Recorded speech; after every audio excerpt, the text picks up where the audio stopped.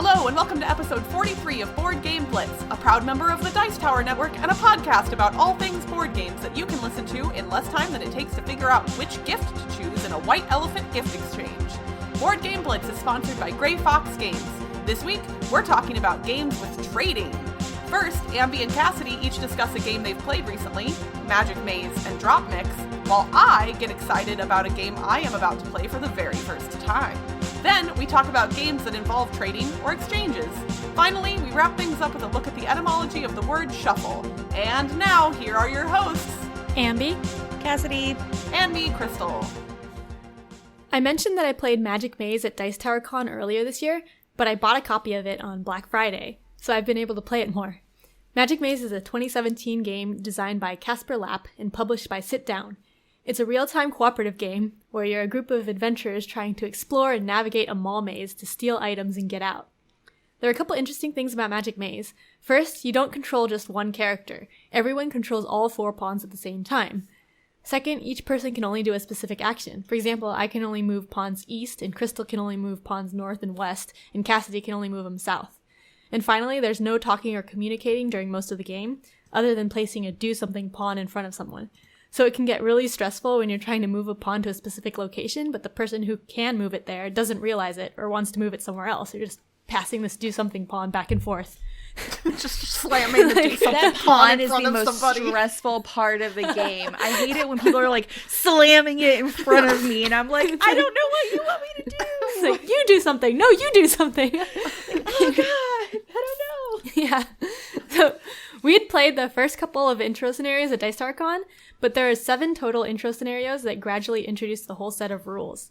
I like how it's set up because it's really important to remember all the rules when you're playing a real-time game. So having each scenario introduce a new rule helps remember them. There's also advanced scenarios that have special rules for each scenario, but I haven't played those yet. Toby and I played through all the intro scenarios with 2 players, and I actually found it a lot easier with 2 players than with more, since each player gets more actions and is less hectic. So it was actually less interesting because of that. So I'm looking forward to playing Magic Maze with more players again. So what's the max number that you've played with so far? I've done 5, but it plays up to 8. And I think that's crazy, right? Like, how do you play this game with 8 people? Some people have the same movement action. Yeah. Oh. When you play it with that many. Neat. Mm-hmm. Mm-hmm. Okay. So yeah, if you're trying to tell one person to do something and they're not listening, and they don't get it, just give it to the other one. Yeah, I've played this now a couple of times. I've only played it with 4 people though, and it seemed pretty solid with 4, but definitely stressful, and I definitely cheat. Not intentionally, but it's really hard for me not to make noises. Yeah. Or kind of accidentally point at where you want it to go sometimes. Oh yeah. Accidental pointing happened a lot. Oh yeah. Yeah. The last time I played it was 6 players, and it got a little hectic. But we did the intro scenario because everybody was learning except for me. But it was fun. I really like Magic Maze. Yeah. Yeah, having played it now, I can definitely see why it got nominated for the Spiel Award this year. Although I do still think King Domino deserved the win. But I really, really like Magic Maze. While I was at PAX Unplugged, I happened to be walking by a table that was demoing DropMix. And before this event, I had literally never heard of this game. I had no idea that somebody was releasing a rhythm game board game. DropMix. DropMix released in 2017 from Hasbro and plays 1 to 4 within 15 to 30 minutes. So right up Blitz alley, right? It's also from Harmonix, right? They make the peripheral, I believe. I believe they make the device for it, but the publisher is listed as Hasbro. Oh, okay. Only Hasbro. Interesting, yeah, because I think Harmonix, it's the same company that did Rock Band. Rock Band, yeah, and they were the ones that were there demoing it, people from Harmonix. So, I really liked this game, but I think it's because I love rhythm games. I have imported Japanese rhythm games for my modded PS2 that I can play. I am obsessed with rhythm games. I used to go to I used to go play DDR at the shops all the time. Like, I'd spend Why have we not hours. played DDR together? We need to make this happen. DDR used to be a very large part of my life. It was a huge part of my life for several years. I loved it. Anyway, DropMix is interesting in how it works because as much as I've talked about not liking app integration, there's literally no way to play this game without app integration.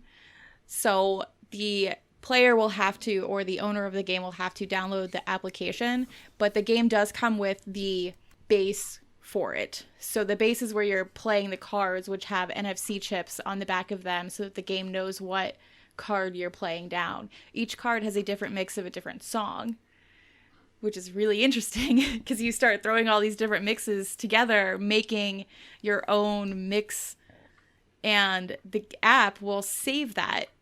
And you can listen to it later whenever you want, which is really cool too. I only got to play the cooperative version, but there is a versus variant of the game also.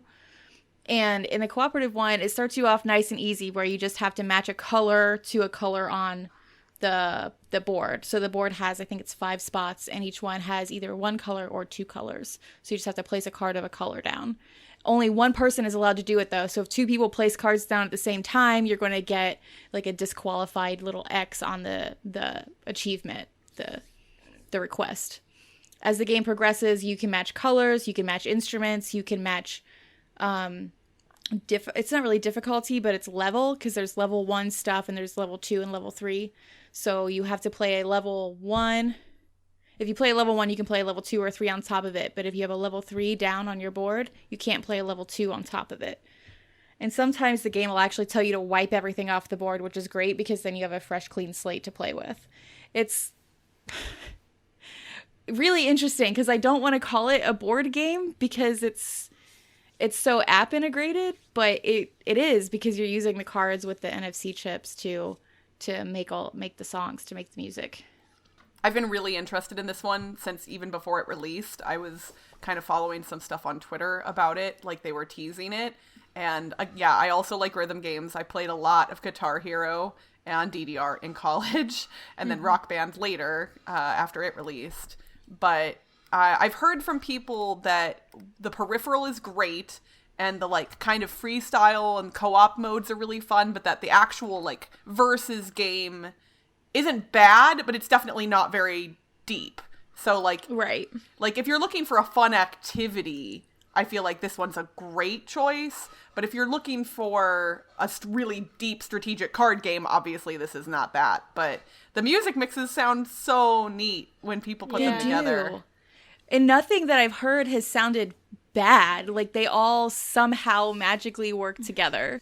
That's really cool. Yeah, I think the thing that's most prevented me from buying it, well, the retail price of the base game with the peripheral is $100, although it did drop to as low as $50 during the Black Friday Cyber Monday sales that were, a while ago now.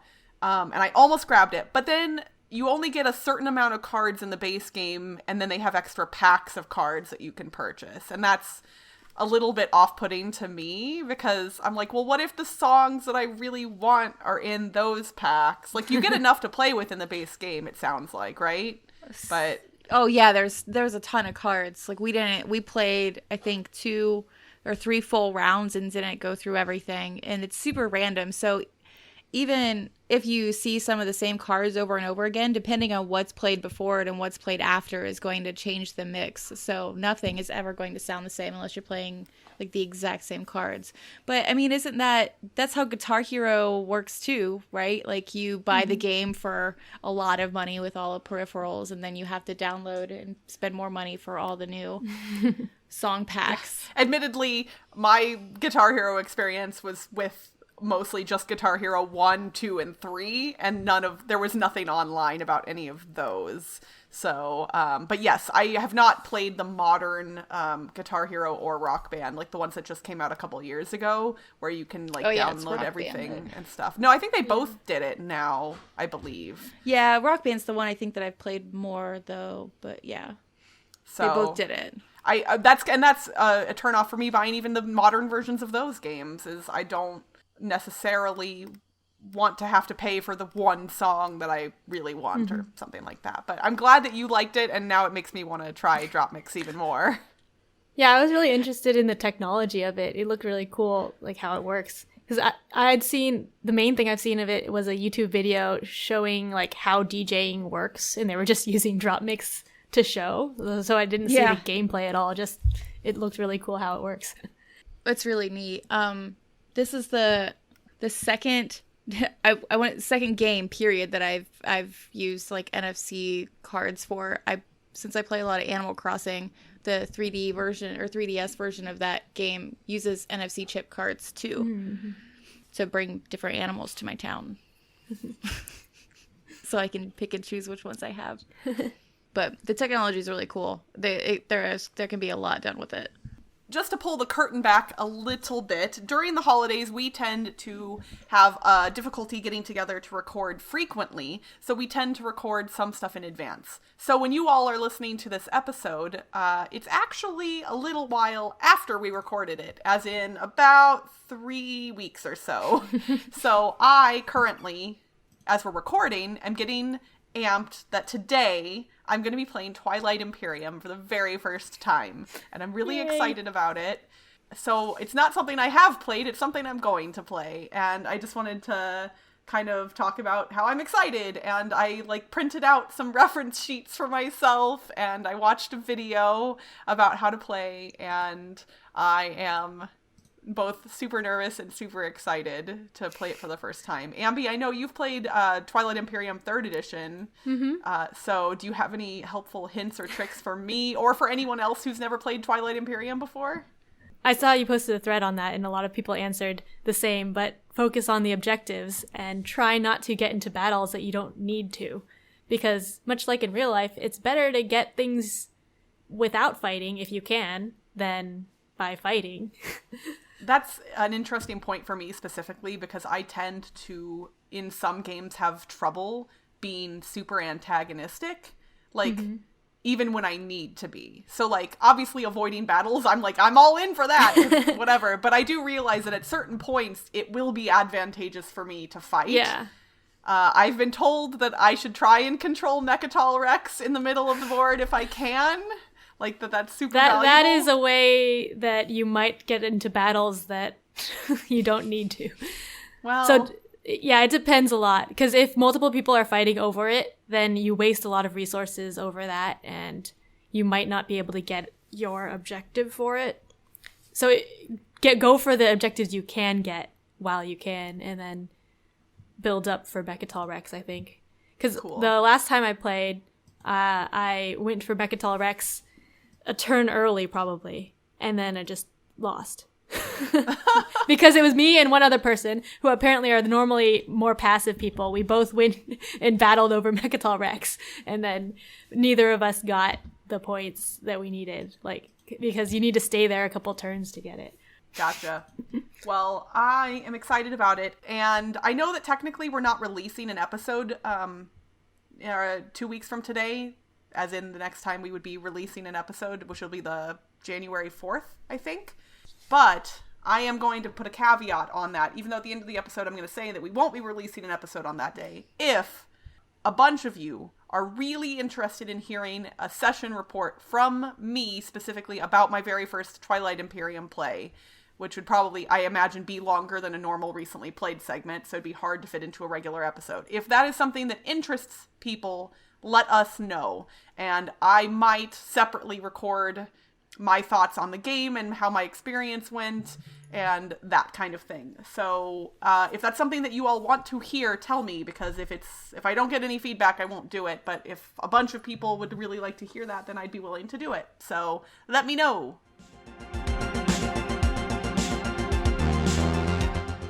For this week's thematic segment, we wanted to do something kind of adjacent to Christmas. So around Christmas time, which is next week, if you're listening to this episode when it drops, a lot of people exchange gifts.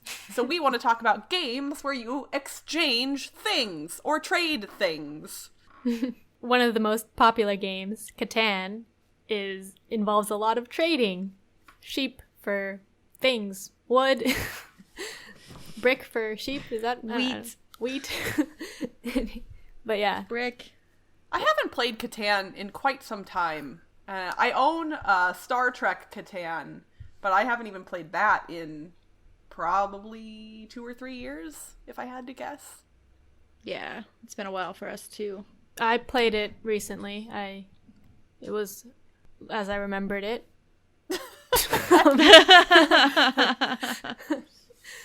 Yeah, it is. You have to play Catan with the right people. Some people just get so mad when you don't trade with them or when you don't. Yeah, that game. Well, and it can get frustrating if your resources aren't getting produced. Like if the wrong numbers are coming up on the die, then you just sometimes can't do anything, and that's frustrating. But it's still a cool game. Example. Catan is a great example of dice games that Cassadi hates. There's no way to negate the randomness of the dice roll. I think incorporating exchanging or trading into a game is a great way to add player interaction or a social dynamic that may not have existed otherwise. Mm-hmm. Yeah, I think it's really interesting. It's actually, there's a lot of trading in a lot of economic games, I think. Like, I mean, Catan is kind of, Monopoly is like the most popular economic type game, I guess, and there's trading in that. Yeah. But more modern ones, there's Container. It's not really trading it, but it's buying things from other people, so you're trading money for goods, which is kind of like exchanging. And it's fair in that, and same with modern art, you're auctioning off art and you give the money to the person who auctioned it instead of to a bank. And so in those, both parties end up benefiting, but like one might benefit more than the other. And there's an interesting dynamic there. Like, how much should I give you to make it worth it for me? That's interesting. Cause yeah, I would say very few trades or exchanges in games are like net zero. Like I would say somebody always comes out on top in some way, although it's sometimes hard to see who, because you may get an immediate benefit that's small, but they might get a long-term benefit that's even better, technically. And trying to figure out the balance and convince a person to do something that may not be advantageous for them is really interesting. Yeah. And then sometimes if someone's in last place, you're willing to give them a better trade to come out ahead of the person who's in second place or something. That's a good point. My favorite game with trading is Bohnanza. Oh yeah, that one. Yeah, it has a lot of trading. It's all trading. And that one's interesting too, because when you trade, and you can correct me if I'm wrong, it's been a little while since I've played Bohnanza, but anything that you receive from somebody, do you have to plant it immediately? Right? Yeah. So you can't put it in your hand. So you can't like take something that you think will benefit you later. You can only take something if it will benefit you right that moment. So or you have a feeling it will benefit you in the future. Yeah, because you can look what's in your hand and based off of that, like make your decision for doing the trade or not. Yeah. One of my favorite parts of one of my favorite games, Star Trek Ascendancy, is the trade agreements that you make with other players. You're not required to make agreements with anyone else, but they are mutually beneficial. And what's interesting is each player has 3 different trade agreements that they can give to other players. One of them has 1 resource token on it, one has 2, and one has 3. And you don't have to exchange the same value with another player. So if like they are in a better position on the board, you can say, okay, we'll make a trade agreement, but I'm going to give you my card that has 1 resource on it, and you have to give me the one that has 2 resources on it, or something like that. So it allows you to use the number of resources on the cards to negotiate a trade that is as fair as possible or possibly advantageous for you. And it's thematic too, because in the Star Trek universe, a lot of groups are friends at some times and then enemies at other times. So eventually when things come to a head and you start fighting, those trade agreements get revoked and nobody's friends anymore. Yeah, they have that in Twilight Imperium 3 too. I think the trade's a little different in TI4, so I'm not sure exactly how it is, but in TI3 you only get the trade goods if you're trading. So it's no good to keep on holding on to them, and then you trade with someone else, but they're different numbers. And then if you fight with them, then your trades are revoked. And I believe I read that if you get a commodity from a player, you can trade their commodity to a different player or something like that. Is that accurate? I don't remember. Okay. I've never played, so I could be completely misspeaking. Nobody needs to get on the internet and angrily tweet at us if I'm wrong. But I think I read something that, like, you can get something from one player and then give it to a different player. Yeah, you might be able to freely give away those little tokens. Trade goods, I guess. I forget what they're called. Oh, okay. But yeah, because once you get them, then I think you can do anything with them. There's also some trading and exchanging that goes on in some cooperative games, which is interesting because then you're not looking to, like, get a leg up over somebody else. You're looking to help the group in the best way possible. Yeah. And that's probably more in the spirit of the holidays where you're giving things to other people. Oh, way to tie it back in. I like where you're trading to benefit the good of the cause instead of yourself, right? Yeah. Nobody's selfish around the holidays. Yeah, like in Pandemic, you know, you're trying to collect sets of cards, but if somebody draws the card that you need, then they can give it to you, and that's cool. Or in Dead of Winter, there are, you know, different resources and items, and you can ask for someone to give those to you. What's interesting in Dead of Winter is once somebody's handed you a card, it's yours. And so theoretically, if you're the trader, then you can lie to people to get them to give you stuff and then not use it for what you said you were going to use it for, which is interesting and also a little bit shady. Yeah, don't do that in real life with your gift giving, I guess. Yeah, don't be shady with real life gift giving. That's the lesson here. Another thing I was thinking about when I was thinking about exchanging was in poker, the money is like victory points, and the victory points are fixed between all the players, and you just exchange the money between the players. So there's no bank or anything. So everything is just exchanging points. And the only other board game I could think of that's like that is Twilight Struggle, which is a 2-player game where there's a set victory track and it's just going back and forth in a tug of war. So there's no magic victory points that appear out of nowhere like in most games. And I thought that was interesting.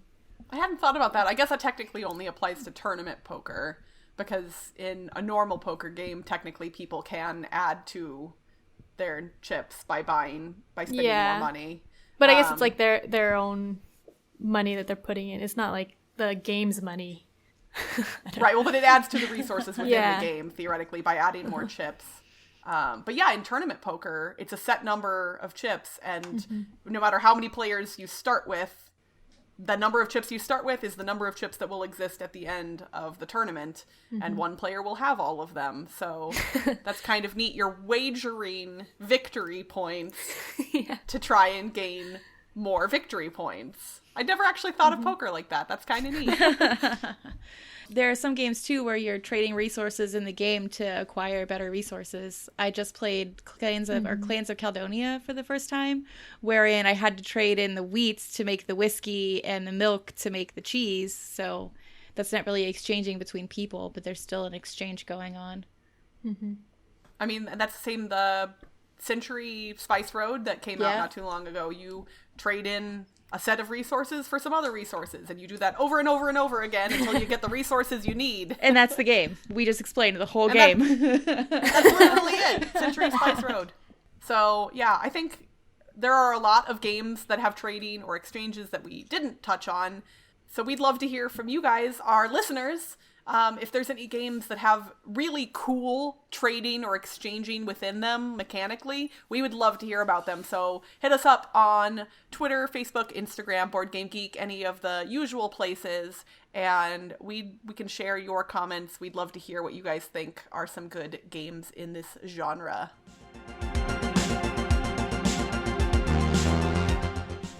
For this week's etymology segment, I'm going to examine the origins of the word shuffle. The English word shuffle doesn't have much of a storied past. It originated in the mid-16th century when it was used to describe things such as walking slowly without lifting the feet and the more game-relevant act of mixing playing cards. It can be traced back to the Middle English shovelen and the Low German schuffeln. Other words that came from similar origins are shove and scuffle. Shuffling cards is an act familiar to many board gamers, but do you know how many times you have to shuffle a deck of 52 cards to truly randomize them?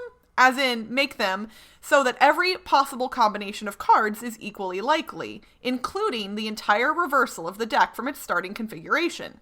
If you're using an overhand shuffling method, you're in for a tiring experience to get the cards fully randomized. It takes around 2,500 overhand shuffles to properly randomize a deck of cards. If you use a riffle shuffle, it's much easier to achieve. A mere 7 proper riffles will give you the best randomization, and any shuffles past 7 will not add to the randomness. Not all decks are made up of 52 cards, and not every riffle is perfect, but perhaps knowing the origins of the word shuffle and a little statistical info about how to randomize your deck will set you up for a win the next time you're handling a deck of cards. And that's it for this week's Board Game Blitz. Visit our website, boardgameblitz.com, to get links to all our social media pages, including our Facebook, Twitter, Instagram, and Board Game Geek Guild. This episode was sponsored by Grey Fox Games. If you haven't already, make sure to grab a copy of their new roll and write drafting game, Harvest Dice, which is now available. Grey Fox Games, quality games cleverly crafted. If you're enjoying the podcast and want to show us a little love, you can become a patron for as little as $1 a month. Just head to patreon.com/boardgameblitz. Our patrons get a lot of benefits, including access to our private Slack channel where you can chat with us directly anytime. Our theme song was composed by Andrew Morrow. Technical support provided by Tomi Mao. Board Game Blitz is a proud member of the Dice Tower Network. Check out the other shows in the network by visiting dicetowernetwork.com. We want to thank you for listening and hope you are having a wonderful holiday season. We are taking our annual holiday hiatus since it's difficult for us to record when we are all traveling for the holidays. There will be no episode on January 4th, but we will return on January 18th. Until then, bye everyone! Bye! Although I do still think King Domino deserved the win, but I really, really like Magic Maze. Cassidy's shaking her head. I'm just sitting here going, oh, of course she had to get King Domino in somehow.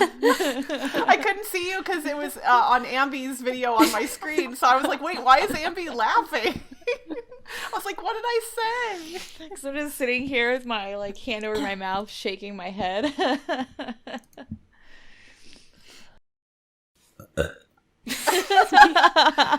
I think I just said etc. You did. Actually, I was like, what? She knows better than that.